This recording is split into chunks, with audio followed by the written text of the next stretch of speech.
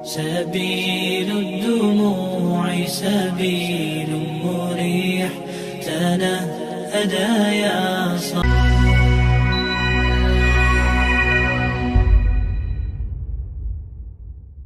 Ya Allah, kami beriman. Apa manfaat iman kami untuk rizki kami? Ini mahal ini informasinya, karena dari Quran langsung. Apa manfaat iman kami untuk rizki kami? Maka bagi insan beriman dipindahkan oleh Allah ayatnya dari hukum umum ke hukum khusus. Pertanyaannya, sampai malam ini waktu Indonesia bagian barat ini, dari Bekasi, kita semua, kita udah masuk ke hukum ini belum? Pertanyaannya begini, kita beriman tidak? Beriman. Sekarang Allah turunkan hukum khusus bagi insan beriman yang tidak berlaku umum. Kalau kita ikuti, maka terjawab pertanyaan kita, ya Allah, apa manfaat iman kami kepadamu yang hubungannya dengan rizki? Ya, dampak iman kami terhadap rizki apa? Maka diturunkanlah ayat 172 di surah Al-Baqarah itu. Yang tadi 168 sekarang pindah ke 172. Paling kiri agak ke atas sedikit ya. Maka yang tadi ya ayyuhan nasu, yang ini ya ayyuhalladzina amanu. Sudah beda ya? Yang Al-Baqarah 168 ya ayyuhan nas. Al-Baqarah 172 ya ayyuhalladzina amanu. Jelas? Hei semua yang telah menyatakan dirinya beriman. Kulu, tetap sama dulu. Ikhtiarnya sama. Jadi bukan berarti sudah beriman gak ada ikhtiar. Tetap kamu pun kalau sudah beriman, tetap hukum ikhtiar berlaku, kata Allah. Yang gak bisa, ya Allah, asyhadu an la ilaha illallah, asyhadu anna Muhammadar Rasulullah, jatuh emas 10 kilo dari langit, boom. Gak begitu. Tetap ikhtiar, kulu, kerja juga. Tapi perhatikan cara bekerjanya insan beriman. Ini yang ingin saya maksudkan. Dan ini bukan sesuatu yang menghasilkan keluhan. Jadi kalau kita sudah mengerti dan benar-benar beriman, ikuti ayat ini, perhatikan jaminannya. Kulu min thayyibati ma razaqnakum. Fokus ke sini. Al-Baqarah ayat 168, kulu dengan ya ayyuhan nasu kulu mimma fil ard halalan thayyibah, halalan thayyibah. Ya ayyuhan nas. Al-Baqarah 172. Ya ayyuhalladzina amanu. Nah, saya highlight ya. Yang ini ya ayyuhan nas, manusia, hukum umum, ini sifatnya universal. Yang ini ya ayyuhalladzina amanu, spesifik untuk insan beriman. Yang ini kulu mimma fil ardi. Yang ini kulu min thayyibati ma razaqnakum. Insyaallah. Fokus baik-baik. Pada hukum umum ya ayyuhan nasu kulu mimma fil ardi, hukum ikhtiarnya dibuat oleh Allah Subhanahu wa taala dengan hukum umum yang rizkinya akan turun berdasarkan dengan kerasnya ikhtiar.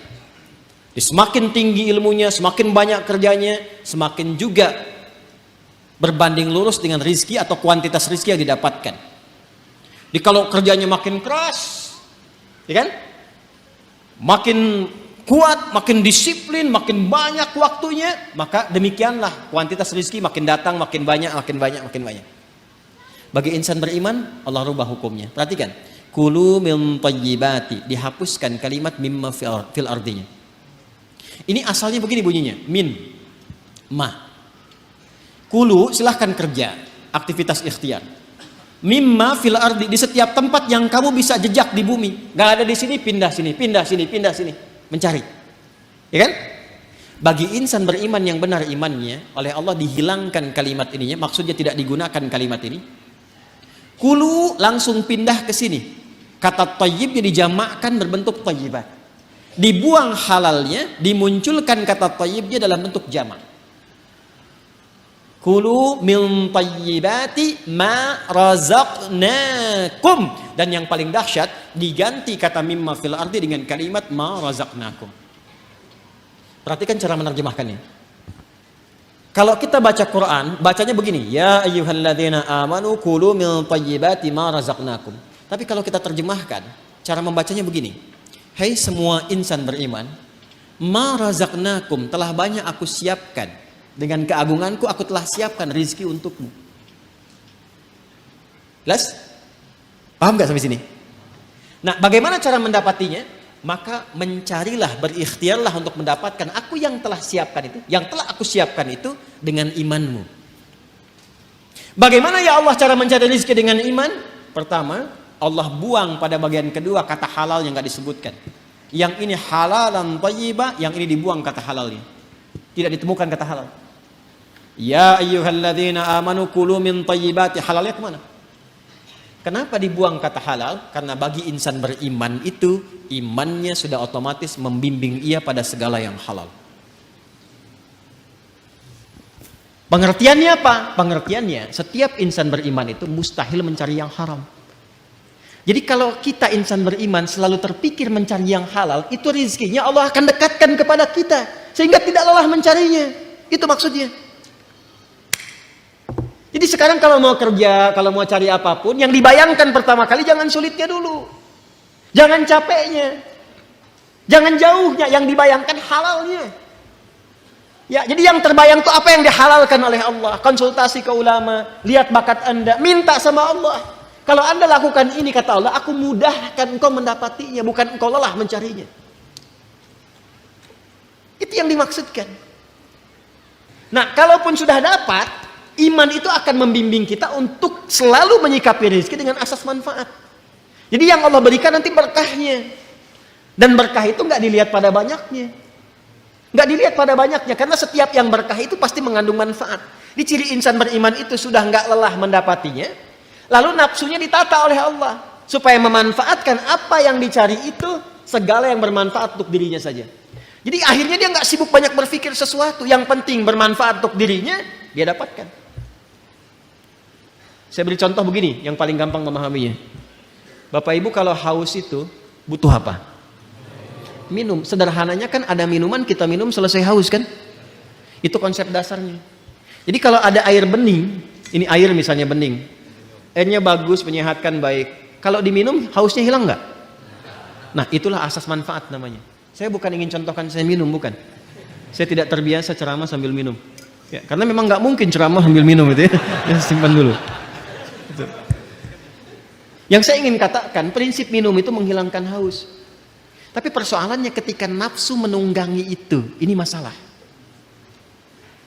Minum Pak, nggak mau yang ini pengen buah naga. Naganya coba yang di Depok ya caranya. Kebayang nggak? Sekalian beli nasi goreng ya ke Kebon Sirih, mampir di situ. Jam segini suruh nari nasi goreng yang di Kebon Sirih. Padahal di depan udah banyak keliling-keliling, tek. Nyari sana macet, dapat buah naga, begitu mau Kebon Sirih tutup.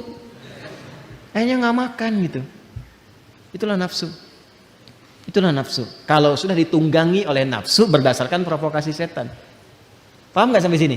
Maka insan beriman itu kalau dia mencari rizki dengan imannya, maka Allah akan bimbing dia mendapatkan rizki itu dan dijama'kan bentuk thayyibnya dalam bentuk berkah.